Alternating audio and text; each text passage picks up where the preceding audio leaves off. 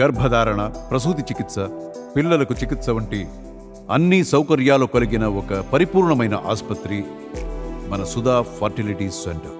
అచ్యుతాపురం సెజ్లో Essentia pharma కంపెనీలో నిన్న జరిగినటువంటి ఘటనకు సంబంధించి 17 మంది నిన్న మృతి చెందారని అనుకున్నప్పటికీ కూడా మృతుల సంఖ్య ఇంకా పెరిగేటువంటి అవకాశం కనిపిస్తుంది. ఈ రోజుకి 18కి చేరినట్లుగా సమాచారం. అయితే దీనికి సంబంధించి వైఎస్ఆర్ కాంగ్రెస్ పార్టీ నేత జగన్మోహన్ రెడ్డి స్పందించడం జరిగింది. గతంలో ఎల్జీ పాలిమర్స్లో ఇలాంటి ఘటన జరిగినటువంటి సందర్భంలో బాధితులకు ఒక్కొక్కరికి ₹1 చొప్పున ఎక్స్గ్రేషియా అందించడం జరిగిందని, అదేవిధంగా ఇప్పుడు కూడా ప్రభుత్వం ఎక్స్గ్రేషియా అందించాలని, మృతుల కుటుంబాలను ఆదుకోవడంతో పాటుగా అక్కడ ఆసుపత్రుల్లో చికిత్స పొందుతున్నటువంటి వారికి పూర్తి చికిత్స అందేలాగా, మెరుగైనటువంటి వైద్యం అందేలాగా ఏర్పాట్లు చేయాలని, వారు కోలుకునే వరకు వారికి ఆర్థిక భరోసా ఇస్తూ వారి కుటుంబాలని ఆదుకోవటమే కాకుండా వారి వైద్యానికి అయ్యేటువంటి పూర్తి ఖర్చులను కూడా ప్రభుత్వమే భరించాలని చెప్పి ఆయన డిమాండ్ చేయడం జరిగింది.